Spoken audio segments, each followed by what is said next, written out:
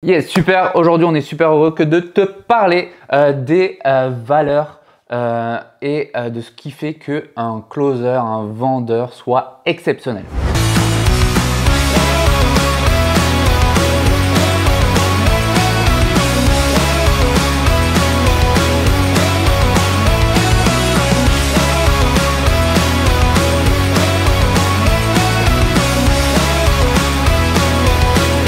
N'hésite pas à t'abonner sur notre chaîne si tu kiffes nos vidéos, et même si tu kiffes pas, abonne-toi, ça nous fera quand même plaisir. Aujourd'hui, justement, on voulait te parler de justement qu'est-ce qui faisait qu'un vendeur, un closer devient exceptionnel. En fait, il faut savoir que déjà, c'est quand même, ça reste un métier de challenge. Et donc, une des valeurs importantes, ça va être qu'un closer, justement, il va s'entraîner, il va apprendre tous les jours.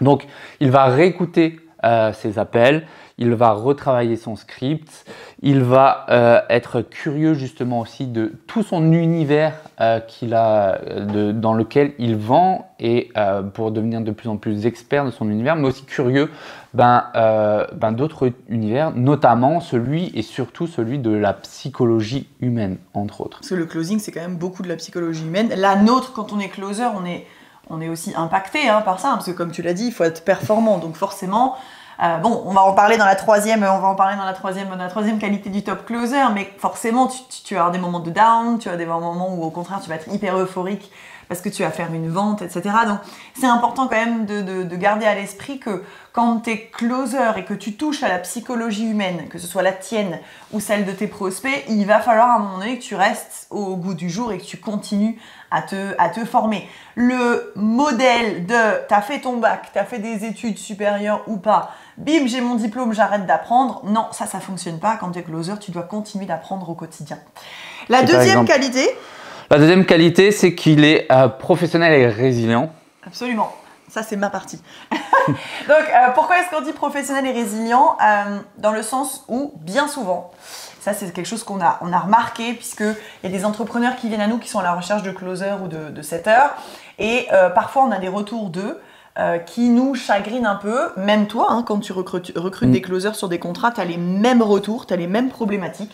Je suis un closer, je suis au téléphone avec toi, entreprise, on contractualise un accord, comme quoi tu me prends sous contrat en tant que closer. On fait un onboarding, c'est-à-dire que l'entreprise prend du temps et de l'énergie pour te former sur le produit, l'avatar, le tunnel de vente, les moyens de paiement, etc. Ouais. Tu prends, je sais pas, une semaine d'appel téléphonique, et encore, peut-être parfois moins. Ah, c'est trop dur. Ah non, je ne m'attendais pas à ça. Ah non, mais en fait, vos leads, ils sont plutôt froids que chauds. Bon, merci pour tout. Bye bye. Ça, c'est quand même un manque de professionnalisme et c'est pas résilient. C'est-à-dire qu'on a tendance à remarquer que dès la première difficulté, on arrête, on annule tout et puis on va voir ailleurs si l'herbe n'est pas plus verte. Et ça, c'est un vrai gros problème parce que le closing, même s'il y a de la place pour tout le monde aujourd'hui, ça reste beaucoup un monde de bouche à oreille. Il y a quand même beaucoup de monde qui connaît machin, qui connaît bidule, qui connaît machin, etc. Ça veut dire que si tu n'es pas professionnel sur 1, 2, 3, 4 contrats, à un moment donné, ça va s'entendre et ça va te poser problème tout simplement pour ton image. Yes, donc si on résume, ça va être plus question d'attitude que parfois de compétences en fait. Surtout quand tu démarres, c'est plus ton attitude qui va déterminer si tu vas perdurer dans le temps ou non. Et donc on part sur le troisième point, le mindset. Exactement. Le mindset, c'est-à-dire ta capacité à réagir dans les coups durs. Est-ce que comment je pourrais dire, est-ce que je me carapate? Est-ce que finalement c'est plus facile pour moi d'abandonner que de persévérer ou pas? C'est un peu ça le mindset, c'est-à-dire ok, quand tu es closer, tu peux avoir heure par heure, des moments où tu es euphorique, des moments où tu es dans le down, des moments où tu es euphorique, des moments où tu es dans le down. Bien sûr, si tu n'es pas capable de gérer ton énergie et de gérer ce qui se passe là-haut, tes croyances limitantes, tes peurs, tes doutes, tes freins que tu te mets toi-même, tu ne vas pas avoir la meilleure énergie pour être en appel et donc tu tombes dans un cercle de merde, disons-le, tu n'as pas d'énergie, donc tu closes pas, donc là-haut, tu te dis « je vais pas y arriver, je suis nul, j'aurais jamais dû faire ça » et ça continue et encore et encore et encore et encore et encore. Donc si tu sais pas gérer ton mindset, bah, tu risques en fait de plomber toi-même tes propres résultats. Et pour bien gérer son mindset, ça peut passer par pas mal de choses. Donc, se faire coacher, se faire accompagner là-dessus, mais aussi par des choses qu'on oublie beaucoup, c'est prendre soin de soi, de sa santé, bien manger, bien dormir. Pas comme nous. Pas comme nous qui avons des enfants, mais après on a des enfants en bas âge. Ça, c'est autre chose. C'est pas le cas de tout le monde.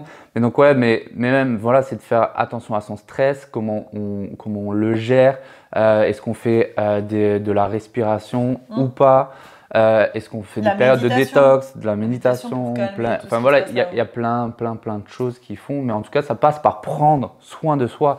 Donc, un vendeur d'exception, un closer d'exception va être quelqu'un avant tout qui va prendre justement soin de soi, qui a cette valeur, juste si on répète, d'apprendre, d'avoir le bon état d'esprit, d'avoir le bon mindset. Et d'être résilient. Absolument. Si tu as kiffé cette vidéo, laisse-nous un petit cœur en bas. Bien sûr, on répondra à toutes tes questions en commentaire si tu en as. Et on te retrouve tout de suite dans la prochaine vidéo. À toutes. Ouais. Tu fais l'intro? Ouais. J'ai commencé par regarder cette foutue caméra au lieu de regarder celle-là.